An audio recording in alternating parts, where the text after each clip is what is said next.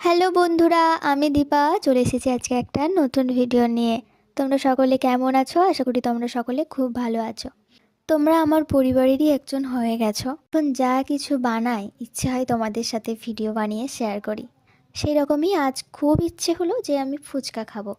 সব দিনই বাইরেই খেয়েছি, আজ ভাবলাম এই প্রথমবার বাড়িতে বানিয়ে খাই, তাও আবার দোকানের মতো। তাই দেরি না করে তোমাদের সাথে ভিডিওটা শেয়ার করতে চলে এলাম।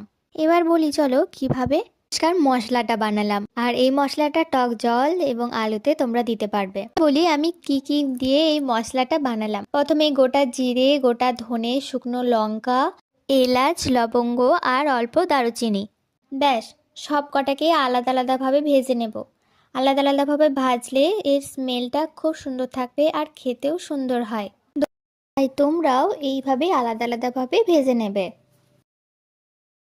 এবার একের পর এক আমি এইভাবে ভেজে ভেজে তুলে নেব।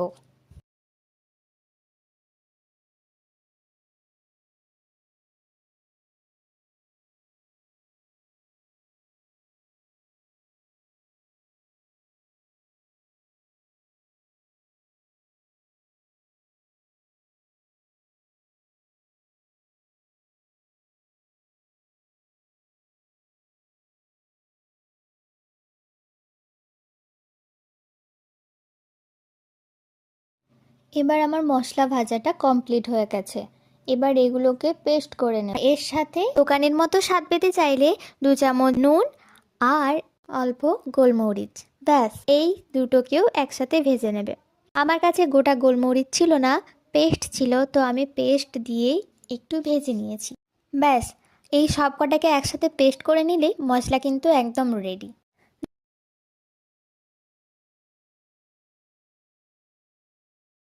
দেখো মশলাগুলো কত সুন্দর পেস্ট হয়েছে।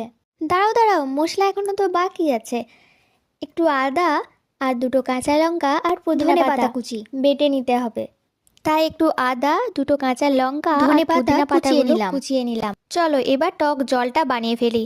প্রথমে এইভাবে জলের মধ্যে তেঁতুলটাকে গুলে নেব। বাকি যে খসাটা রয়ে যাবে সেটা ফেলে দেব। এরপর জলেতে বেটে রাখা আদা আর ধনেপাতার পেস্ট দিয়ে দেব।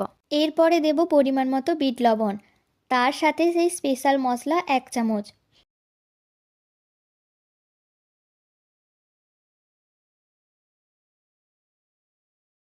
এরপর পাতিলেবুর রস, ব্যাস এতে খসাটাও তোমরা দিতে পারো। আর তারপর ওপর থেকে কোচানো পুদিনা পাতা। ব্যাস আমাদের ফুচকার টক জল রেডি।